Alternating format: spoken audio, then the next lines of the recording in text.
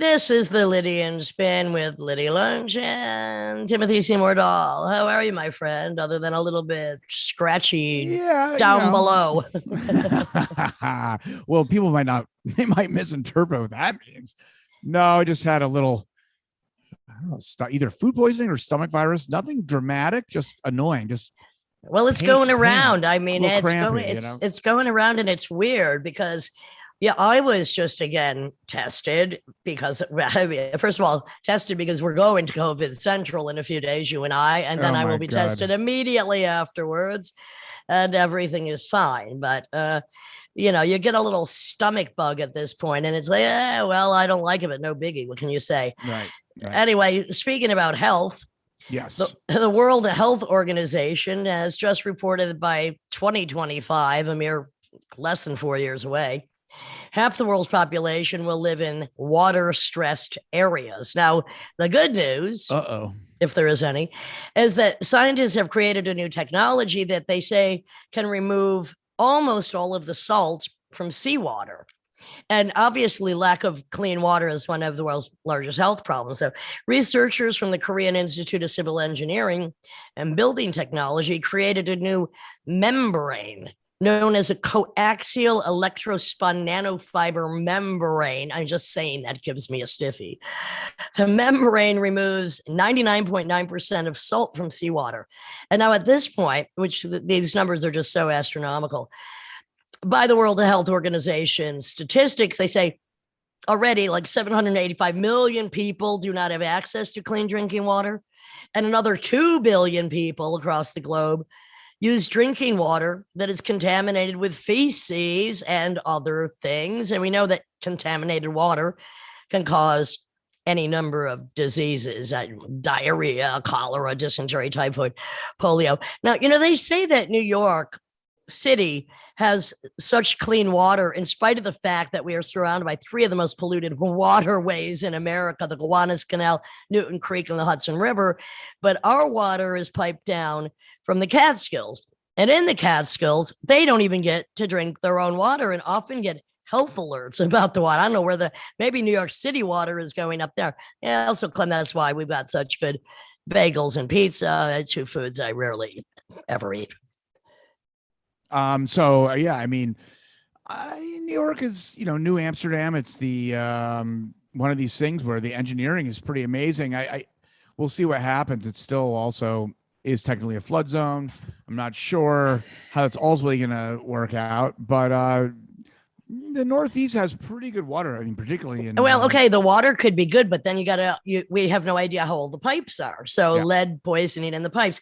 Yeah, that article in the New York Times a couple of years ago about just what we need to do about our subway, and this is connected with a lot of things. Like what you don't see, it's not very beneficial for politicians because basically we have this rotting infrastructure and no one wants to throw money at it because no one really sees the results, but you feel the results.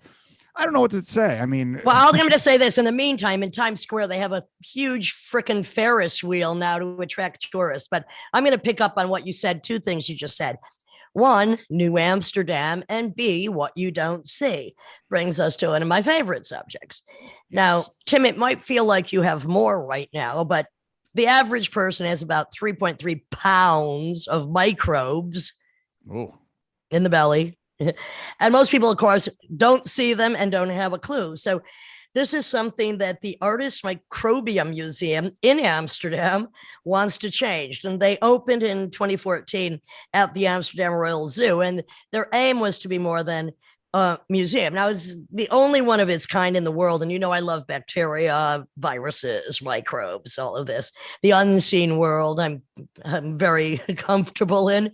So anyway, this museum is dedicated to teaching the world about microbes and how they're vital to life. And there's an interactive exhibition where you can learn how microbes influence what you can smell and taste, and also whether you'll get ill or how fast you'll get well, depending on the microbes, and which also can be used in alternative forms of energy. Now, If the thought of a museum dedicated to microbes sounds dull to you, I love it. But then I also love the Pharmacy Museum in Lisbon is one of my favorite. The Mutter Museum of Physical Anomalies in Philadelphia, one of my favorite. So some reviews of the museum is best museum ever, one of the best science museums I've ever visited. And I would put this as number one on my list to visit in Amsterdam. Well, you go to the red light district and then you go have your microbes checked.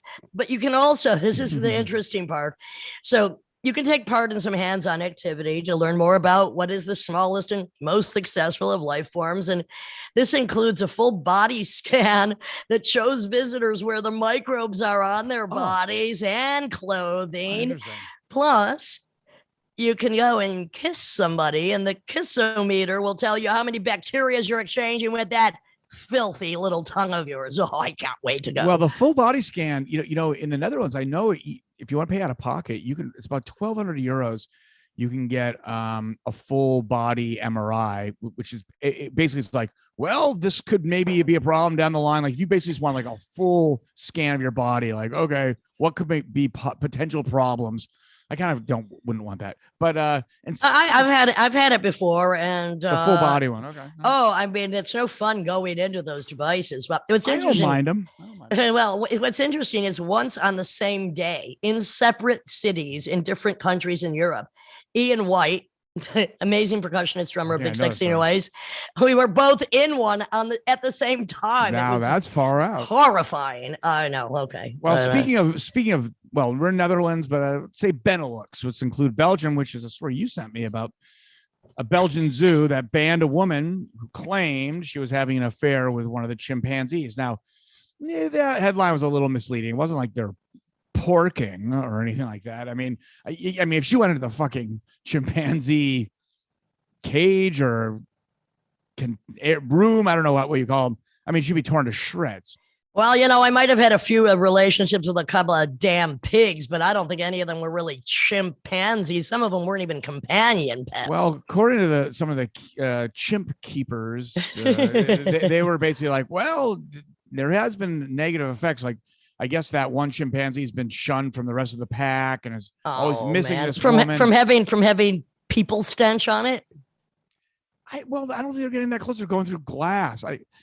Those things are always a little depressing. I mean, I know I used to go to Lincoln Park Zoo in Chicago quite a bit, and man, that's a pretty great ape house. But you just start seeing behavior that you don't think they do in nature. I mean, some just kind of crazy stuff like feces stuff, and you're just like, what the hell's going on? They like to show off their private, not so private parts because some of them are quite exposed. Well, speaking of private and the privatization of basically everything on this fucking planet and why you were talking earlier, like, okay, we have a rotting infrastructure in New York and yet you have this new Ferris wheel in Times Square. It's like everything's wrong. So defense contractor Eric Prince, of former head of Blackwater, the piece of shit. He's also, isn't he the brother of DeVos or one of those creeps? Yeah. It's a family of evildoers. Yeah. Well, right now he's offering evacuation flights from Kabul for $6,500, charging people. And he's not the only one doing this. There's a bunch of companies doing the same thing, and these flights are leaving Kabul about 1/3 full. I mean, just empty flights because they're not paying the $6,500 fucking dollars. I mean, if there are any people, I mean, people should not be milked for that kind of money anyway. But I mean, I just showed you how fucking low some people will go, right? Because Blackwater didn't make enough goddamn money on the bones and bloods of other people. The whole thing's a mess. I mean, but the rumor I'm hearing is, and why Biden is just not budging on this. I remember about 10 years ago seeing an interesting report with this Marine that was working in these remote villages of Afghanistan. And, he had a pretty interesting insight. He's like, ideology is not really what drives the general public here. It's surviving. And they've done it for generations and they don't really care where it tips. And the reason why it's not an utter massacre right now in Kabul and basically not even in the whole country right now is that the Taliban paid off the Afghan army. And they just took the money. And basically Biden's like, well, you know what? After $5 trillion, like, I don't know what to say. That's but this, come on. everyone's pointing fingers. Let's start the late 70s, and Oh, you can please. even It goes further. back so far. It goes back so far. All right. the Well, fuck you know what? do? You know what? I got a solution. Yes. And this is a solution to almost every member in Congress. All right. The the European Space Agency has asked for patience as it wades through more than 23,000 astronaut applications. What? Now, they say that the number of applicants far exceeded even the most optimistic forecast, describing it as a positive indication of the level of interest in space activities. So the agency is looking for only 6 full-time astronauts and maybe up to 20 reservists that will travel to the International Space Station and one day on to the NASA Lunar Gateway to orbit the moon. So head of space medicine for the European Space Agency, Guillaume Verts, says it's going to take some time to go through all these applications. Now, they firmly believe that every application should get the attention it deserves. With a considerable number of applicants, it simply takes more time. But so far, they're at the pre-screening stage where they found 20% of the candidates didn't fulfill the requirements and have already been told so. But there's still about 17,000 people who are fully eligible for the role. And their applications are still under review. I say send them all to the moon. Yeah, there you go. But just in case, Tim, you're thinking that, we've already toured as many places on this planet as possible, and we need to go further into another galaxy. To be eligible to file an application, the individual must A, have a master's degree or higher in natural sciences, medicine, engineering, mathematics, or computer sciences. That leaves both of us out. Shucks. Be qualified as an experimental test pilot. Well, I could say I am because I've never flown, but I have flown once. Actually, I take that back. They're flying all the time, honey. I've seen it. Be fluent in English, good knowledge of a second language, be calm, this would be me, under pressure, and be willing to participate in science experiments, and be flexible with regards to a place of work. And also, they're not against taking people who are physically disabled. Like, if you don't have a leg, that's okay, because everybody's basically disabled in space. If you're like under 4'3", sign up. We'll see if you fit the bill. I say send them all to the moon. Well, I mean, can I sue them for discriminating against my lack of degrees? I think you should try to get in there. Maybe I'll go to space one day. I mean, I'd be more interested in taking those insane subs that go like fucking tens of thousands of feet down, where the real aliens live. Hydrochloric vents. Totally a thermosynthesis, which is just because of that. That's why they think there might be life underneath these ice, whatever is in the moons around Neptune, I don't know, Jupiter. I'm already, you're already getting high. Yeah, did you have a chance to read about the gold medal award-winning rat that I sent you? I saw the headline, but I did not. Well, it's a rat that has searched out more landmines than any other living rat, because he's light enough but well trained enough to search them out. So he just got a gold medal. He's not the only animal that has been given awards. It just goes to show that you can train a new rat to do many things. It brings me back to that story I told a couple of months ago about that they're training bees to sniff out COVID. I love this idea. It's just so unbelievable. Anyway, I don't know what else to say. Well, Ken. I mean, what else you got floating around there in that pretty little nugget of yours? Oh, yes. Well, I mean, I got a few things. I guess there's a bunch of witches that have kind of congregated on the web to do a hex against the Taliban. They're all working hard, and they said don't underestimate the Taliban. They're spiritually sensitive, and they might throw some stuff back. Charlie Watts died. That was it's rock and roll royalty. 80 years old or so. I mean, come on, good enough life, I'd say. It looks like Ron Jeremy's been indicted for 30 more sexual assault charges. I don't know what's he should be arrested just for being the sleaziest man on the freaking planet. What a creep. Here's one. The Pentagon is demanding forced vaccination to the military now that the FDA has approved Pfizer, the Pfizer vaccine, because it's a national and international security issue if you suddenly have whole troops of people just basically sick. of course, there's blowback, but they have no choice because they signed Well, the military. we see what's happening all over the South with the people that refuse vaccinations, and how just even in Florida. Oh, where we have Christ. we're flying there on Saturday. Just like I like to occasionally double bag it, I'll be double masking it. I got the N95. Hey, I'm vaxxed. On my flight back from Germany, they wouldn't let me. Lufthansa wouldn't let me go on with one of those little just cheapo ones that everyone has. They handed me an N95 fresh from the pack. Like, I got some new ones. Will be well updated. I mean, I think that's enough good and bad news for now. I don't know. So last story. So a horse named Bolden Boss lived up to her name, and she was in the Kentucky. Well, it wasn't the Kentucky Derby race, but it was the same. It was a one-horse race at this point. I know where you're going with this. Go ahead. They're going up to the starting gate, and the thing decided, I don't want to do this, and just sprinted off, knocked the jockey off on his ass, and then starts hurdling gates. And next thing you know, it was on US 41 highway, just hauling ass down the highway. They finally got her, but she was not. She just didn't want to go to work that day. She wanted to do something else. Hey, I feel for her. And speaking of Kentucky, where we'll be soon at the Speed Museum, our guest, Bil Brown, poet, philosopher, organizer, project coordinator, incredible photographer, now doing some psychedelic black and white mylar through Leica from Kentucky, is our guest on the Lydia and Spin. Lydia Lunch, Tim Dahl, special guest, Bil Brown.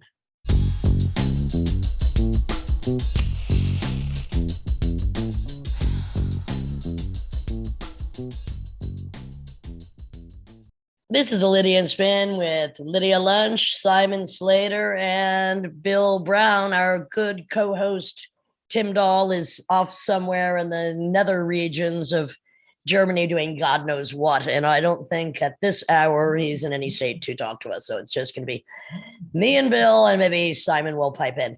Now, Bil, you're a photographer, journalist, producer. You wear many hats, and we go back many years. And we met up recently in Los Angeles, and you told a few stories about me I didn't really remember. Let's go back to our history, and then we're going to get into your history. Why were you in New Orleans? That's when we first met, sometime in the early 90s? It was the late 80s, the early 90s. I was in New Orleans trying to go to school at Tulane, and that wasn't really working out. I just ended up in the quarter trying to find my way through the subcultures and subculture variants of New Orleans at the time. How long were you there for? I was there for about 3 years, and then I ended up going back to Louisville, where I'm from, and then off to Naropa and the Kerouac School in Colorado. And just pause right there, because what's so weird, and we always talk about the connective tissue, but I went to Louisville when I was nomading. I didn't know you were from there. You went to Naropa to study. I went there to teach, and then you came to my class while I was teaching. But that's that's not even a bookend to our varied encounters. Right. So, all right. So you didn't find your way in the French Quarter. Did you take were you studying photography? Were you already doing photography? I was studying acid, I think was mostly what I was studying, and studying the people, my friends in the French Quarter, like an ex-girlfriend named Zarina, that was born in the quarter, raised in the quarter, did not have a birth certificate, was kind of like on the outskirts of the whole scene there that had its own little temporary autonomous zone, I guess, at the time. And I was definitely a part of it in the few years that I was there. Another friend of mine, actually from Louisville, that I had a house with, had driven from Louisville he was going to drive himself into the ocean. Ended up in the French Quarter. I walked into him and coming out of Coops. He was doing. Well, by the way, hold up. For anybody that doesn't know what Coops is, it is a New Orleans stand-alone in the sense that the food is okay, but you just keep going back. And they do have alligator chili. They do. It's kind of Pretty good music there, kind of skunky atmosphere. It's in the quarter. You're there, you go there. What can I say? Right, right. And the people that go there stay there. He ended up working there for about 20 years. He walked in and stayed. Walked in and stayed. And I'm walking down the street. Last I saw of him, he'd left his snakes and his Crowley books on the walls. And we got like a insurance salesman or something like that used to be an ex-cop coming in and telling our landlord that we were Satanists, which we may have been at the time. I don't know. I mean, there were definitely other things going on. A Satanist in the land of voodoo. I mean, does that counterintuitive? Doesn't really work, right? Right. I mean, again, these are all alternative like ways of seeing things. And as my friend Olivier Zahm tends to say, he says everything's been subsumed into the mainstream. And I always counter him and say, are you serious? I don't think so, because like the mainstream hasn't even seen half of the stuff that I've seen, half of the stuff that we've seen collectively, or that we've done. They haven't seen what we've done. They've ignored us successfully all this time. Successfully, very successfully. So go ahead. Yeah, you've had like your various like bumps up into the mainstream, just like our friend Penny Slinger that you were visiting the other day. I mean, bumps up into the mainstream. I mean, she got Dior for some amazing reason. Well, hang on. Christian Dior approached Penny Slinger, and after her doing art for 50 years, that's 50 years, right? Yeah, and then used some of her early photos from the late 60s as their backdrop. So I don't think I've really been bumped into the mainstream. I think I canceled the mainstream a long time ago. So I don't think I've been bumped. I don't think I've been, I might have done the bump, but you were sitting on a curb, if I recall. I was sitting on a curb. Yes. In New Orleans. I was sitting outside my gig. Outside your gig. It was Conspiracy of Women. I think at the time you were running against David Duke. Or at least that was the story, right? And I'm surprised I wasn't running toward him with both fists, cocked. Right. Well, I mean, definitely Conspiracy of Women did that. Sure. And it definitely had influenced me in ways that were profound.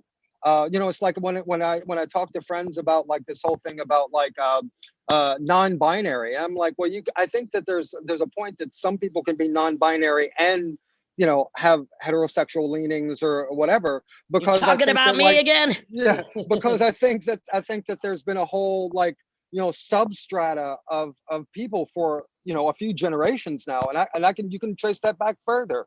I mean, there's a lovely documentaries by a British guy just did hypernormalization, Adam Curtis, right, where he traces the whole thing from like Freud when he had cancer in his head, coming up with how he was afraid of people and how his nephew started like advertising, and then that then started like all of these other things to where like the control structures that we've obviously been innately against our entire lives have been this other thing, this other entity, which is all the things I'm drawn toward, all the things you're drawn. Okay, so back to New Orleans for a minute. You went there, you tried to find yourself. You lost a few other people along the way who never left.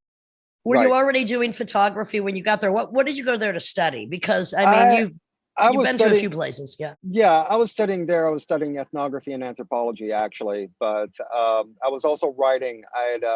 I'd started writing in Louisville, doing poetry readings at a few different places. And I'd also started, working with this guy named Ron Seitz, who was a student and friend of like Thomas Merton and who was Friends of the Beats. He was like the Trappist monk that was actually probably potentially assassinated by the Vatican for trying to bring Eastern religion and Western philosophy together in Bangkok. They say that it was electrocuted, but there was like no possible way that the water and the things like that were together. So, but anyway, Ron Seitz started me, and he told me, "Well, you're not a poet," and I was like, "Okay." So I Bill, since I've never seen an ad that said "poet wanted," I don't think it's an insult. It's not an insult. That's true. That's true. Right. No, he was trying to gear me towards like telling more stories and things like that, which I guess ended up happening.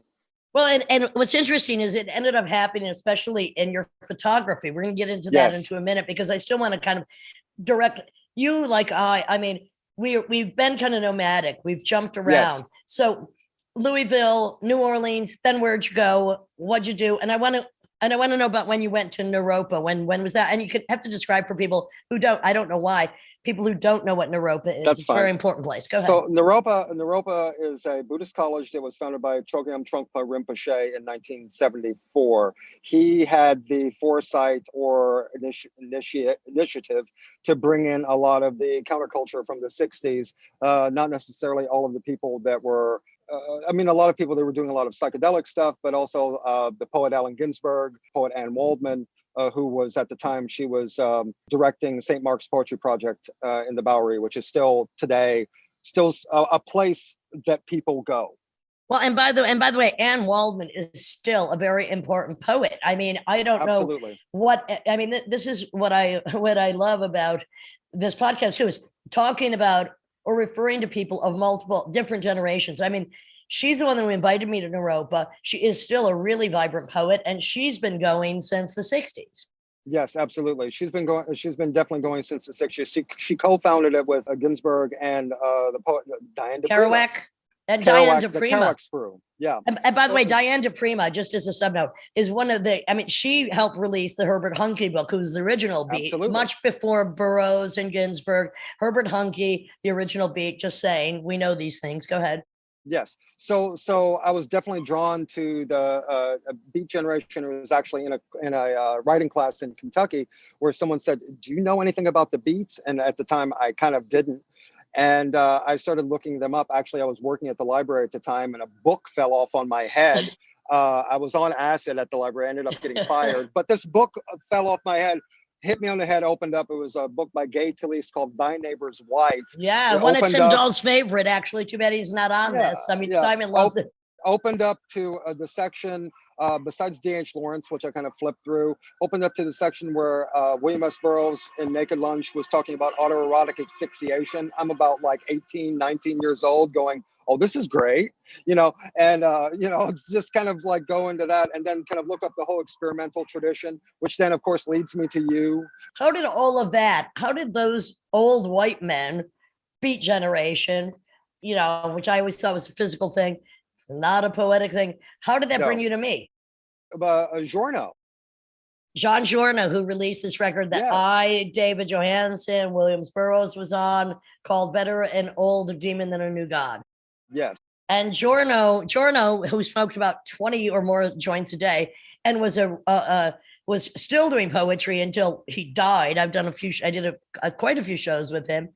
So John Giorno, who definitely had a lot to do with the New York poetry system scene. Yes. And tying that all together. So go ahead.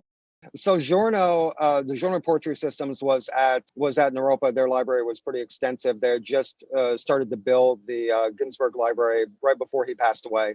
So he was there for its induction. And I was also working for them for a while. And then how did you decide to go there? How did you find out about it? Were you microfiche on acid, microfiche in a library in Louisville, Kentucky, finding it. Deeply looking into everything, long books of like history on like the entire You're an anthropologist after all, but you were a societal anthropologist. So you were digging through the remnants of not that distant history that related to you, that still relates to us. Yes, absolutely. What year were you at Naropa? 1990 until 1994. Was that after we had met? That was after we had met. That was after we had met. And then what about Prague? How did you end up in Prague? And you invited me to Prague and Anne Waldman, one of your many hats who are as producers of poetry. So what ended up happening in Prague is that around 1998, I ended up in Prague because of a partner of mine, Jenny Smith, who we had been working on poetry things in Denver. She had been living in Prague for about 3 or 4 years, and she invited me out, and she said, there's stuff that's going on here is really tight. It's really stuffy. It's a lot of Susan Sontag coming in and like talking about work that like none of it's like the dynamic stuff that we know. And she said that we need to start something. So what we did was we started with the Czech government and also with the US government. Amazing that you were able to coordinate that. And just say it again, you coordinated a poetry events with the governments. With the government, yeah, with two governments, in fact, because it was also the cultural attaché of the United States. So the grant that we received to bring you to Prague was with, actually and Ann Waldman at the same time was a grant from the National Endowment for the Arts and the Rockefeller Center. So we had to put those things at the bottom. Hey, Bill, can I ask you to go for another one for both of us? Thank you very much. I've never applied for a grant. I'm very grateful you got it. You said that. It was because it was 1999. We ended up having it in 2000. Still haven't. Yeah. Yeah. And you had even said that. You said that in email. You're like, I think that you've got me my first government grant. And I'm like, well, yeah. I was just like, well, you did. Well, I mean, you got it. And then you bestowed upon me enough money to come to Prague. And by the way, the Czech Republic is the only country that publishes every book I do. And it's a small press out of there. Even my cookbook, that's the only translation. But the Czech audiences, when they come to see a concert, they bring their kids or they bring their parents and they stand there stark still, watching my lips move, hanging on every word, which I think is a really fantastic reaction. They want to know what you're actually saying. How long were you in Prague? I was in Prague for 6 years. So now while you're doing these poetry events, and so how long were you making poetry events in Prague while you were there? And also you continued writing. Were you doing photography then at the same time as well? This is where it started. So where it really started, actually, it started back in Europa at the Kerouac School, which we didn't go over. The school within the school, Europa University, the school within the school is the Jack Kerouac School of Disembodied Poetics. That was named by Ann Waldman. Right, which is where we met in one of our journeys, meeting in strange places. Yes. When you came to visit a class I was teaching. Yes. And by the way, one of the best poets in my class also came from Louisville. I forget his name, but Brett, I think I can't right now. But I was thrilled to see you come to I had no idea what Thurston Moore was teaching at the same time as well. You know, Thurston and I that kind of put it into Ann's ear that you should come. So and you know what I put into Ann's ear? You should pay people more money and get in conjunction with all the restaurants so that the visiting artists who are teaching could get free food and etc. But anyway, look, it's our duty to put on things to spread what we know. So at Europa, you started becoming interested in photography. Yes. So because I think that, as you well know, relationships with like Richard Kern, relationships with your own work, relationships with others, I think that like the photography, videography, video and things like that for now decades, if not, 50, 60 years has always been a part of it. Maya Deren and Stan Brakhage, who was also one of my teachers by accident because he was teaching up at Colorado University, which is up the hill from Naropa. I used to go to his salons on the weekend and watch all of the films. So I was like doing all of this stuff like that was visual. In fact, my work, my writing work, I had, teachers and things like that always tell me, it was like, well, this sounds like a movie or sounds like you're describing something of a movie. So I was always doing that. And I picked up a camera, like a Minolta camera, I think it was in like 1992, had it for about 3 months and then I had to pay a teacher. So I had to sell it. Didn't get another camera until I started working for a film company while I was producing these films in Prague. They hired me on as a senior designer because I had Photoshop skills. This was during the first .com era when they were just pulling artists up off the street, which now has created like the new NFT thing, because I think a lot of those designers that were originally artists, then were turned into commercial artists, are now coming back and saying, well, we can be artists again, but they don't know how. But that's all right, Bill. So back to photography for a minute. Yes. So you get a camera, you have to give it up. What was your initial subject matter? Because I picked up a camera for the first time in 1990 and started photographing in New Orleans because, first of all, disintegrating shed shacks and teenage boys, Yes. because I wanted to give them their power to not conform. Teenage boy. Yeah. I was a teenage boy here. Yeah. Yes, you But, were. but- And really, I mean, one of my priorities at that point were, I mean, not only giving women their power, but hoping to prevent teenage boys from becoming the assholes that society was forcing them to become, conforming with the Nike swastika, et cetera, et cetera. So how bizarre is it that the subcultures, the countercultures that we've had over all these years have had some sort of proponent or interest in fascist imagery? On one hand, it's to break it. On another hand, it's like you're still interested in it. Let's just stay away from it, But yeah, you're right. I think that my initial thoughts for photography really came from surrealism, because I was also studying a lot of that, and it came from these sort of ideas of this taking things that were out of context and putting them back into context. Sexuality, things I saw on the street, juxtapositions of images and things of that nature. Just police next to people with parasols, all sorts of so it's street imagery, but also a lot of portraiture. And I was also, there was a lot of publishing going on in Europa from the Kerouac School, a lot of it. So they needed also, I mean, images. look, let me just jump in here, because really what we've both kind of documented, either through poetry or photography, are just our general consensus of is the unreality of reality, which basically is kind of the next step from surrealism. I mean, it is the unreality, the impossibility of the perversity that we see, for instance, cop next to parasol. And I want to review that story. Speaking about cops, Bill, I got to cut you in. Now, you said that when we met on that stoop in New Orleans, outside my speech, Conspiracy of Women, which was, of course, a call for women to arm up because the war was never over, you said, and is my habit when on tour or even not on tour, I was flirting with 3 redneck Metairie police. Yes, Metairie sheriffs. Why were they there? Well, I really have no idea. I think that what we ended up doing after the show is we ended up going somewhere, and they ended up being there. If I see a cop, I have to interfere. Yes, I almost make a citizen's arrest. Right. So you started talking to them. They started talking to you. Sometimes during the conversation, their hand would be on their weapon, and then you noticed it. You said something about a weapon. Very funny. I mean, well, I probably told them I had more gun training than they did, and then maybe they relaxed. Right, and they did, and they kind of finally relaxed, and they were laughing at the end. But it was well, what the hell were they gonna do? I mean, look, I say me against 3 cops, they don't have a fucking chance. I'm just saying. Right. I'm gonna make them cry. I'm gonna make them laugh, or I'm gonna pull their pants down until they trip. Right. I'm a better shot. I'm not. They were definitely Keystone cops. I mean, these were guys. You get a sniper against the Keystone cops. What are you gonna do? All right, so you're in Prague.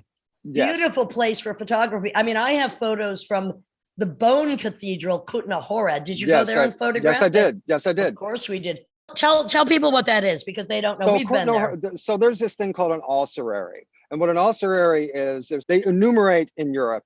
There's one right outside of Prague in a small town called Kutna Hora. What it is it was this monk that it was right after the plague. Actually, it was many years after the plague, because this didn't happen. And not this plague. This is not this plague. One of the great plagues. Yeah, one of the great plagues. And they had a cemetery, and the town wanted to raise it. So the monk said, "Okay, it's on church property. You can do that because you need the space. But we want the bones. We want the bones." So what he did was he took all of the bones and he arranged them in chandeliers, heraldry, just big piles of bones and absolutely gorgeous. And one of my favorite collages that I've done, called My America, is from Kutna Hora. So I mean, you can't be in Prague and not go there. So in Prague, of course, it's so beautiful, other than that it is a black triangle of pollution. I remember once leaving a house to try to get into a cab, and the pollution in the winter was so bad, I thought I was going to choke to death from the pollution in the winter. I've got one on that. My ex-wife and I ended up going at late at night up into, she's Czech, up into this little area of the Czech Republic to party. Woke up the next morning with my eyes swollen shut, decided to take the tram back to the bus to go back to Prague, and realized that I was standing next to 3 big nuclear power plant towers. And then finding out at the, the job I was working at, that is the most polluted part of Europe, that very space. We decided to party there. Yeah. Well, great time. I mean, cancel the poison of our past with the poison of our present. If only Future. that really Yep. worked. Oh my, I don't even know what to say about that. So how Yep. long do the swollen eyes last? Oh, probably about 2 days. Yeah, well, the it was- innumerable cancers we've all, consumed with the poisonous Absolutely. places we lived, who knows? And, the thing is, when you live in Europe, I mean, eventually you want to come back or you have to come back, but it is hard because you're kind of like, I know when I returned from Barcelona, I'm like, I don't want to live I was a nomad for 4 years. I don't want to live anywhere after that. I returned to Prague first in 2001 in No, but Chicago. what about when you left? Oh, you returned to Chicago. To Chicago, and then went back to Prague. But the first time that I returned, I had exactly that experience, because I got off the plane and I immediately wanted something ridiculous like Taco Bell, because I hadn't had it in like so long. And there was this hippie guy on a bike. And What city did you land in from Prague the first Chicago. time you came? All right. Chicago. And first thing I noticed was I could hear all of the American accents. Uh-huh. I could hear where people were from originally. Like you could hear the Irish, you could hear hear people. I mean, You're an anthropologist. You're an anthropologist. Yeah, specific dialects. I mean, it was really interesting, but also their aggression. It was like I can remember in Prague at a bar, this guy wanted my seat, and he said, this guy over here, he was in the Ukrainian army. He's going to come over and kick your ass if you don't give me the seat. And my Americanism like kind of kicked up. And this guy was like, 6'8" or something really big. And I just said, come on at me, bro, whatever. And he stepped down. And I was like, that we have, as Americans, we have this aggression, even when we don't want it, that is pervasive across, well, you know what I say, Bill? world. Take it to the stage and get paid for it. That's what Absolutely, I do. Because when I'm absolutely. not on the stage, trust me, I like to make people smile. I like to make Me them too. laugh, even because I'll tickle them if I feel like it. I'm just saying, I get paid for that Absolutely. crap. Anyway, you get back to Absolutely. Chicago, and then it's Yes. like, what the fuck am I doing here? Right. And then so I was there for a few years. I started working in more like media there. I started working a little bit more things. I took a few more classes at the Art Institute in like film and video. In Chicago, in Chicago. Institute, right? And this was like, after I already, finished school in Europa, like almost over What a made decade. you keep going back to school? I mean, you were already a professional artist. I mean, there's such a thing, but I think that it was just technique. people that I wanted to Right. get That you something hoped would be there. Yeah. I mean, right. Yeah. And you learn later on that not everyone, some people take their positions in that world, the academic world, as like getting on a bus. They're just sitting there and waiting for their paycheck. And then there's some people that are actually like engaged. And I think that was a good thing about like the Kerouac School in Europa, was the fact that that's a everyone was working. very different school. And they very weren't different paid school. Yeah. And they weren't paid that much, so they had to keep on working. It's like it was more of a lesson of love, in a lot of ways. And then also they were still connected to the counterculture in numerous ways. I think that maybe now in the 21st century things have changed a bit, but it's still. I mean, I still go back on occasion, which is why I was there for you. And then also picking up the camera was a completely different situation. I put it down again, and I continued working. Are we graphics, focusing mainly on graphics and journalism and writing, essays, and publishing, poetry, and writing, and essays, and magazines, also magazines, doing reading series, hosting them, getting young writers to work, helping people with. When there were a lot more magazines out when there, there were a lot more magazines, right. I mean, now everything is online, but I mean, still, wherever it exists. Yeah, print is still important, I think. But when I was doing all of that, I ended up like, working for various, I went back to Louisville, ended up having a couple of children. I ended up working as a publicist for a while for a comedy club, which was not funny because I'm not funny and they're interesting people. I kind of related to it. The hats you've worn, the Yeah. hats you've I worn, kind of Bill. thought that I was going to relate to them like I did poets, but they're really deeply Sour disturbed people. And Poets they're, aren't, right? Poets, no, they're well, sad people. sad people. Yeah. Sad Yeah. clowns. That's why I'm Yeah. never afraid of Yeah. clowns. Well, Those I mean, clowns are sad. I keep on getting in these semi arguments with people. It's like whenever they bring up the fact that like a certain comedian got a $1 million deal on Spotify for a podcast, and I keep on saying, I was like, have you seen who this person is?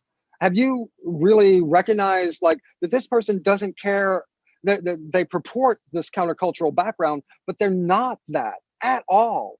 And then, I'll also point them to, a certain video of this certain person like assaulting you. So I get very specific about this. And I don't even know what you're talking about because you know Right. what?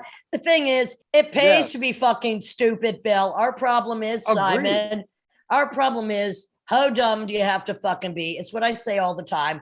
I can't dumb myself down. I can't suck the amount of, well, I could, but I can't get And paid we for doing shouldn't. that. And we Yes. won't because we don't We even won't. know how. The thing No. is, we don't know how to do that. So we just Right. don't. So we do what we do. And you know what? We ain't stopping. And, No. to some degree, look, we're actually pretty successful. Now, I'm not saying by our bank accounts, but by the No. amount of work we've done, the amount of places we've Agreed. gone, the amount of people we know, who we've worked with, what we've accomplished. I think I'm one of the most successful artists I know. And it certainly has nothing to do with what I do not own, because I don't own Right. anything and I don't want to own anything. Right. I Well, just and don't. that's also a way of dealing with things. I mean, it's like when people start talking about like, oh, well, how much property have you bought? How much? I'm Ah. like, I don't want. I don't want. I don't want to. I don't want to. I Look, want I my want to children- sell. I want to sell my intellectual property rights, but I can assure you, not to buy anything, No. but to continue doing what I'm doing and to help other people Exactly. fucking do it. I don't want to own it. Exactly. You know what? I don't even know the last time I bought a fucking new dress. I don't fucking care. I wear a uniform. Who doesn't? I mean, how many people have copied my uniform? I'm just saying. You're in a Well, uniform. I'm in a uniform. Agreed. I mean, it's like, yeah, right now, I mean, it's like I even have like a Daido Moriyama t-shirt that I got at Uniqlo the other day. And that's only because like there's also this cultural anthropology or this sort of like, social landscape that I kind of keep on pulling into. It's because these people all have affected culture in some way, have defended culture in some way, and have defended a specific way of living and going forward with it. And it's like, and that's why like a lot of my work, especially in the 2010s with a magazine that you had done something with, that also my editorial stuff when people started really noticing I was a photographer, Right. Well, and what about, I mean, you also were involved in, I mean, I hate to even say quote unquote fashion to some degree, because I don't even know what fashion is. Well, but I mean, you and found again, a that way was to a make it vehicle. interesting. Yeah, Right. exactly. Well, because at the time that I really entered into the fashion world, or at the time I really entered into it, they had stopped paying big money to send people across the world and teams. So you jump in with your donkey cart, going, I'll do Right. that. so I'm like, okay, that's fine, but you need to let me do whatever I want. I want. Right. And they did. And they did. And so, there's been a few editorial editors in indie magazines, larger indie magazines, Purple Fashion Magazine, Flaunt Magazine, which we've Another done Man. something Did you with. ever? Did you do something with Another Man ever? Another man out of the UK. I did something once with Another Man. I did something once with a couple of Rankins things, Hunger. I've done some other things, but again, none of these are typically paid. I mean, that's one thing that people have to understand. Or are they about typically fashion photography? So right, the fashion photography. So the simple fact that they let me tell a story, or they let me, and they also say, "Oh, you're a writer too. That's great. Could you write?" I was like, and here, this have one, two jobs for the price of one. Right. And this one case I invited you in on the writing. So we decided that it was right after a certain president was elected. And one of the many horrible ones we've had. one of the many horrible ones we choose your had. pick, whatever. Right. So I decided to do an entire editorial on Baader-Meinhof. And not only Baader-Meinhof, but on the Baader-Meinhof groups, specifically the women that were involved with it, and Ulrika Meinhof. And then I did sort of the historical section, and you did the voice of that particular mind, right? Because like, if anyone can do the voice of that, I had to think of who could, like, you know, who could do that and who could pull it off the best. Well, if I'm not a better writer than Valerie Solanas, I might as well shoot myself right now. I mean, I'm just saying. What I like about your present day work is going between the hyper-realistic social protests, for instance, that you were photographing on the streets during the last fascist regime, which is still trailing us to this day, and what you're doing more recently with these very psychedelic black and white mylar paintings, which are just so fantastic. I love the juxtaposition of these two very different, you know, as an artistic schizophrenic like I am, wearing these different hats. I love just the diversity of just, even if we just go with those two things, is so phenomenal. I love it, I have to say. And that would be Bil with one L Brown photography. Yep. And well, I think that they're very similar. You know, it's like, again, the sort of cultural anthropology that I do. You know, there was a movement in Japan in 1968 called Provoke that actually came from 3 magazines that were made. And then the 4th one was actually considered a book. And it was kind of started out of the social protests and the protests that were happening in 1968, 66 through 68. And they had this like particular form that was called arbor boke, which was blurry, out of focus, and blah, blah, blah, because they had to push their film at the time so high at night when these cops were like running at them with batons. And like sometimes, you know, the only light was either lights coming from broken windows or, you know, in some cases, it was coming from like, you know, things on fire. What were the protests in Japan and in 66 to 68? I mean, it was the same time there were riots all over America. So what were they? What were the protests there? What were the yes, of course. And what were the protests about going on in Japan then? Well, it was a similar thing. It was a social unrest, and also, you know, realize that the American influence in Japan since World War II was so outrageously heavy. I mean, you had like someone like a writer, Yukio Mishima, who was a nationalist, who committed harikari, which means suicide, when his group of intellectuals tried to storm the imperial palace and take over the government because they didn't want the American occupation anymore. You know, and a lot of the photography and work that was coming out of that time, even portrait photographers like Shomei Tomatsu or, you know, those others were coming out of the fact that there was this kind of unrest, and they were also focusing on the, you know, there was a whole series that Tomatsu did on Nagasaki and Hiroshima, you know, the aftermath. The aftermath, right.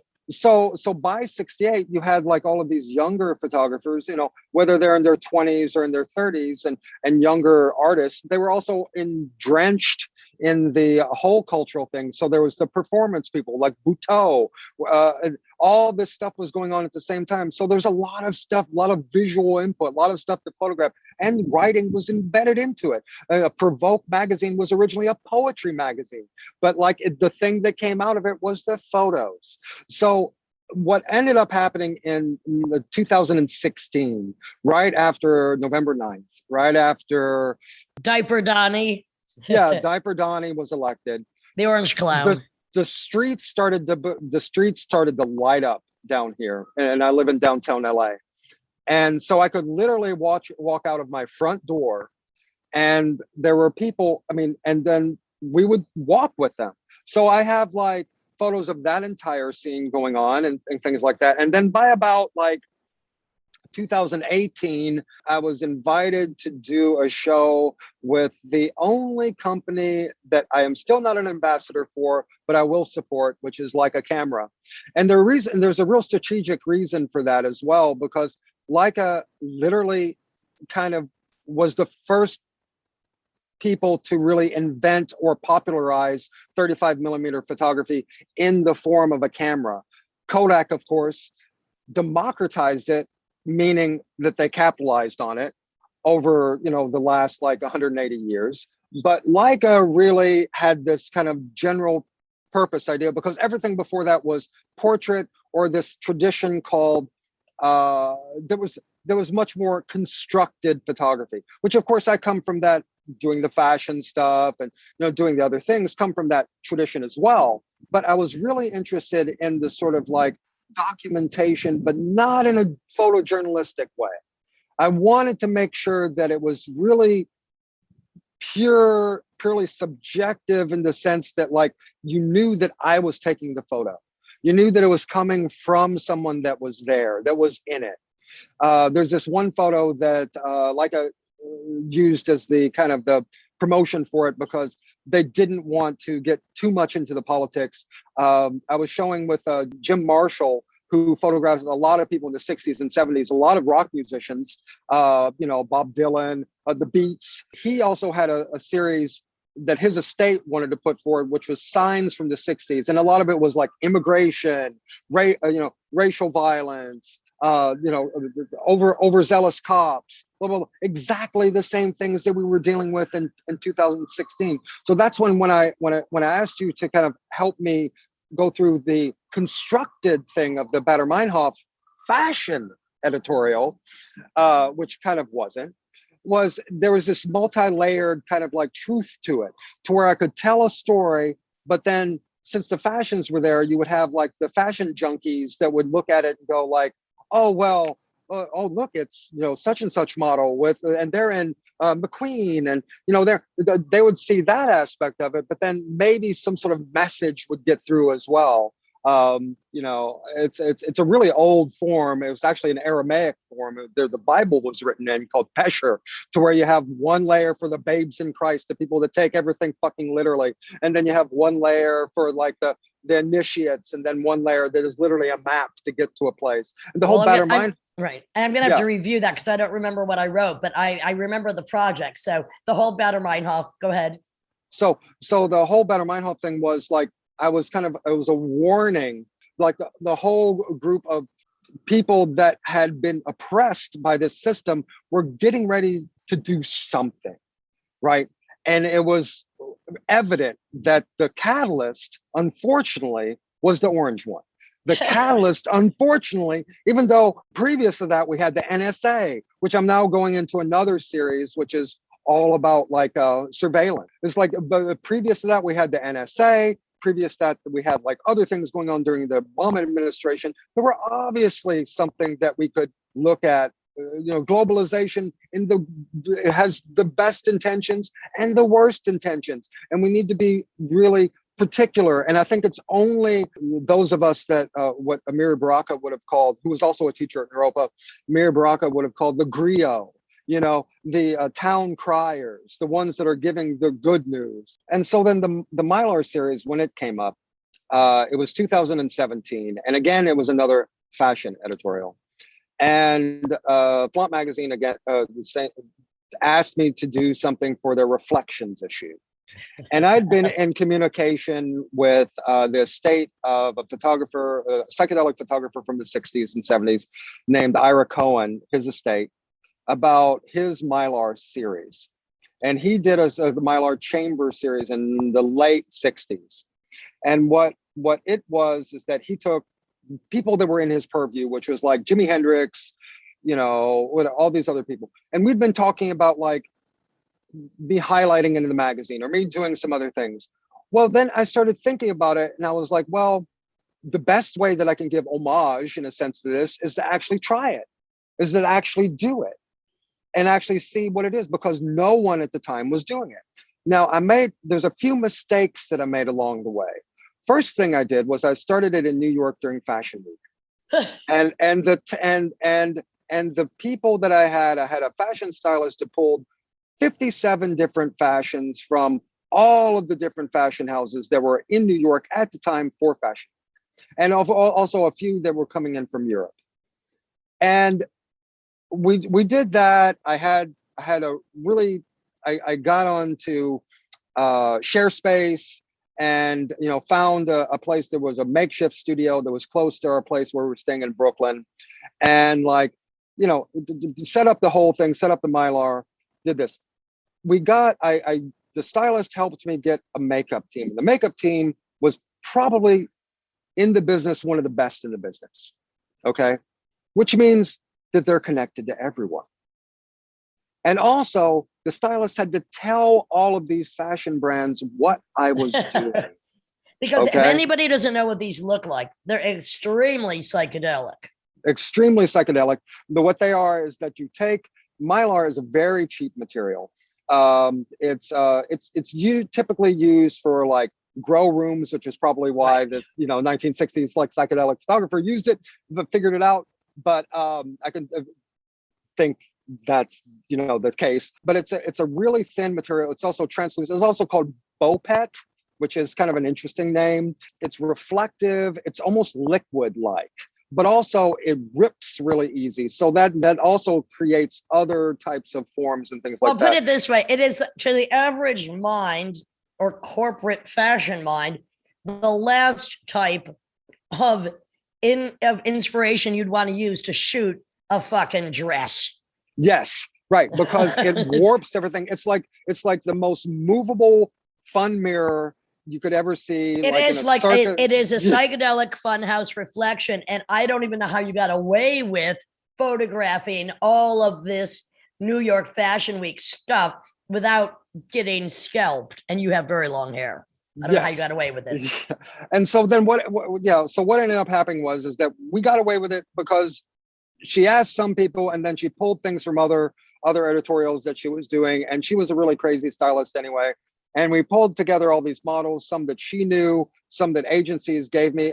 Some of the agencies had me sign waivers to where like the work couldn't be used. And I'm like, well, I'll just not use the model. Well, and the thing is, look, you wouldn't recognize anyone.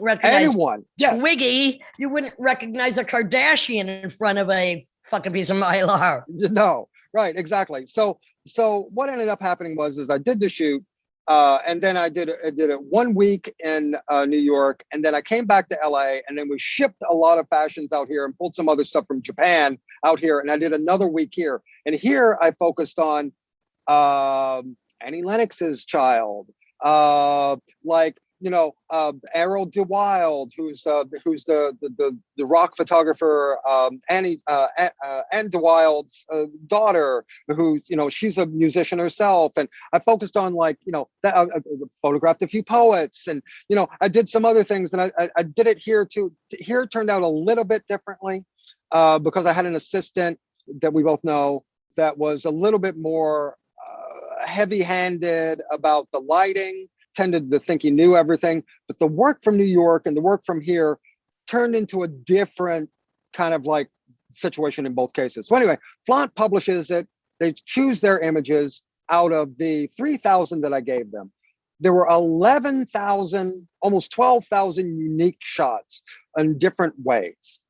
I can group them into different sections. So this is something that might go on for years or decades. New iterations. So the one thing so then by 2019, late 2019, Ira Cohen came out with his Mylar Chamber book, which then they did all of the interviews with the people that were involved with that and things like that. And who are still alive. Who are still alive. Right. Who are still alive, because Ira's passed away for at least a decade or so. Right. And it got me starting to thinking about like, well, what did I do? Because I obviously wasn't taking a psychedelic point of view, because I'm not psychedelic at this point. But I was definitely taking a surreal point of view, and I was definitely taking something else. And then I realized, then I saw the portraits. And it was funny because I was in conversation with the editor of Flaunt, and he said, yeah, we could have done an entire series on the portraits. They were just amazing. And I was like, yeah. So I used 5 different Leica cameras, and I would just shoot them in succession. And you don't even know what you're getting until you have it. All Because with Mylar for these all shoots? with Mylar. All So with Mylar. let me just describe what besides what I already said, it's kind of if somebody's soul is dripping out of their head in Yes. black and white and being reflected into a silvery lateral pool. Yes. And I did do some in color. Myra's was really in color, but originally the way that I set up a digital camera, and I wanted this to be digital, not film, because I think the digital, especially if you're having 3,000 images, give me a break. It better be digital. Yeah, right. I mean, that would have been so expensive. So, but originally the way I set up my digital cameras is I have a black and white JPEG, and then I use the raw color. So that way, the first thing that the camera saw, which is the third eye, if you want to go into that, the first thing that the third eye saw was in black and white, was only that was the original capture. So those images became a very different kind of sense. And there was one girl I remember very specifically, and this all relates to me to a certain type of dissociative like disorder in a sense, because there was one girl, she was talking about like how she really identified with being a fairy or identified with being an elf, right? And things like that. The Mylar captured her with long ears and wide eyes and like, you know, and she became an elf. And then there was somebody else that was like really, you know, you could tell that she was a little bit holier than thou and stuff like that. And she became the Dark Queen. And like, it was like, it was transforming these people into what they were projecting. Well, exactly. The reflection of their lives. As I was saying, it's like part of their soul is leaking out into this mirrored, liquid mirror reflection that you are then capturing. I can't describe it any better. What can I say? Yeah. And there was one musician that I shot alone separately from the entire like original process, and she can't even look at the images. You know, too horrifying, she was like, scary, too scary for her. Yeah, she's like, this is exactly what I was feeling at the time. This is exactly who I was at the time. I'm not that person anymore. I can't even look at these. They're wonderful. They're beautiful. They're amazing. I can't look at this. I mean, she was in her like, you know, dark clothes, looking like a 1979 Lydia Lunch, you know, and everything like that. And I was going to say a goth vampire. I'm not related, goth vampire. However. Her eyes were open. They slit into, they literally slit into cat's eyes. You know, her laces looked like snakes crawling up her leg. I mean, it was a bizarre and amazing. And again, this goes back to the surrealist concept of first I'll go into photography, 20th and 21st century photography, especially street photography, and also a lot of other things, comes with this kind of certain heroes. One of the heroes happened to be a photographer named Henri Cartier-Bresson. Henri Cartier-Bresson was actually literally a surrealist painter, a young surrealist painter that was at the feet of André Breton. And he came up through his years, was also created or helped create Magnum Photos, which is one of the largest agencies for creative photography in the world. He created this idea in 1954 called the decisive moment, right? Well, in an interview that was recently unearthed by Aperture, about, which is a big photographic journal, program magazine and journal, about like 3 or 4 years ago. He literally said, I was taking the idea of the decisive moment from Breton's idea of objective chance, right? So he was saying I was being subjective and objective at the same time. And that was exactly how I felt like if I'm going to do a portrait that is going to equal this street stuff that is going on, that I have no control over, that is coming up in my face, that I'm taking like, I'm there, but I'm just capturing this thing. It had to be in this way that was going to give me or gift me who these people really were at that moment, at that literal second, at 1/1000th of a second, with a flash in some cases. You know, I was using also like the reflective properties of the Mylar was also, I was reflecting flash off of it and strobes and, you know, directly into it, to where like, this was like such a quick moment and then it was gone. Exactly. You know? And that is the beauty of photography, because it In is general, capturing right. a second that will never exist again. And the beauty of an artist like yourself, and I'll include myself in this, is when you can show people a reflection of themselves that they might not have realized until that moment. And it might even provoke a horrifying reality or a realization, because And a you're change. digging, and a change, because you're digging that deeply as an anthropologist, as we both are, into the psyche and sickness of society. Well, that's what we do. I'm Lydia Lunch. This is the Lydian Spin. That's Bil Brown, Bill with one L. And that's what we do on the Lydian Spin and in our life. And my friend, we shall be friends for eternity. For eternity.